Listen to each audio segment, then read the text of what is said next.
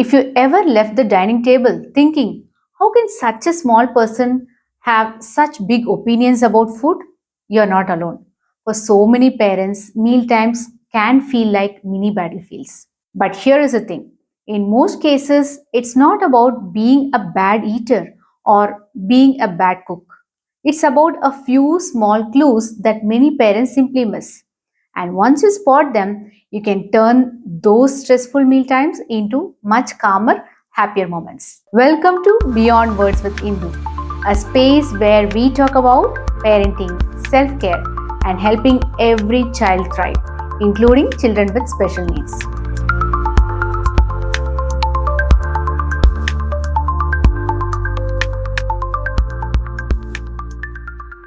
I am Indu, a speech therapist, parenting coach, and mom of two. And today we are starting my brand new Mealtime series, all episodes packed with practical tips, real life examples, and easy to try strategies for raising healthy, confident eaters. So make sure you watch every episode in this series because each one will tackle a different mealtime challenge. Let's start with the difference between picky eating and problem feeding. This is one of the biggest confusions I see with parents. Picky eating is actually very common, especially between the ages 2 and 6. Your child might stick to 15 to 30 familiar foods, but they are still growing well, have good energy, and eat from at least few food groups. But problem feeding, on the other hand, is more serious. This is when a child eats fewer than 20 foods, avoids entire textures or food groups, and it's starting to affect their growth, nutrition, and social life, like skipping school lunches or avoiding birthday parties. Why does this matter?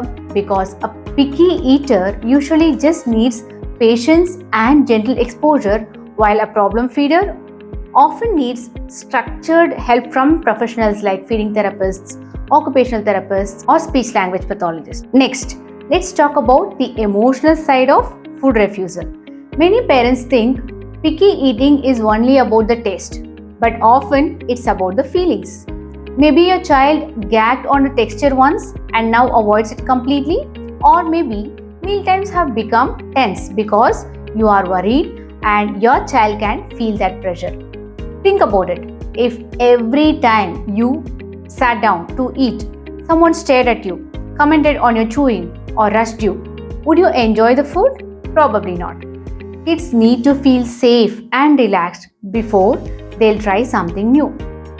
And here's something important. My child eats nothing is rarely 100% true. I completely understand the frustration when it feels like your child barely eats.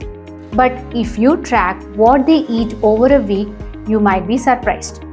Some kids are grazes, small amounts many times. Others eat in cycles, very little for a day or two, then suddenly a lot. Growth charts, energy, and mood give a much better picture than any single meal. Now, let's go through some common mistakes parents make that make picky eating worse. Even the most loving, patient parents fall into these traps. The first one is bribing or threatening. One more bite, or you get sweet. Or if you don't finish, no TV. This creates unhealthy links between food and reward. The second one is chasing the child with food. It turns eating into a game of avoidance. The third one is cooking multiple meals. If a child knows they'll get their favorite when they refuse, refusal becomes their winning strategy. Then, over-focusing on one meal. Nutrition is about balance over time, not perfection on every plate. If you have done these before, don't worry, most parents have. The key is changing the approach now.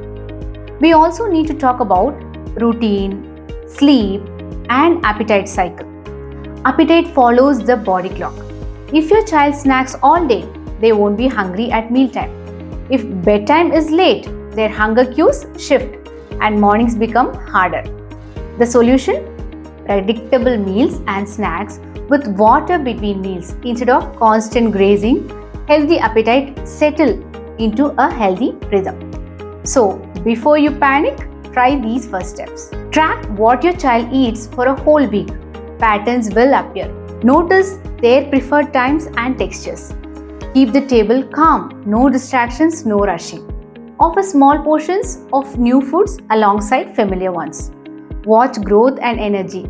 If both are fine, it's probably a phase. If you notice extreme restriction, weight loss, or distress at every meal, that's when professional help is needed. If today's episode gave you a new way to think about picky eating, share it with another parent who's going through the same thing. And don't forget to subscribe and hit the bell so you don't miss the rest of my Mealtime series. We've got many episodes to go covering everything from toddler mealtime meltdowns to sensory feeding challenges.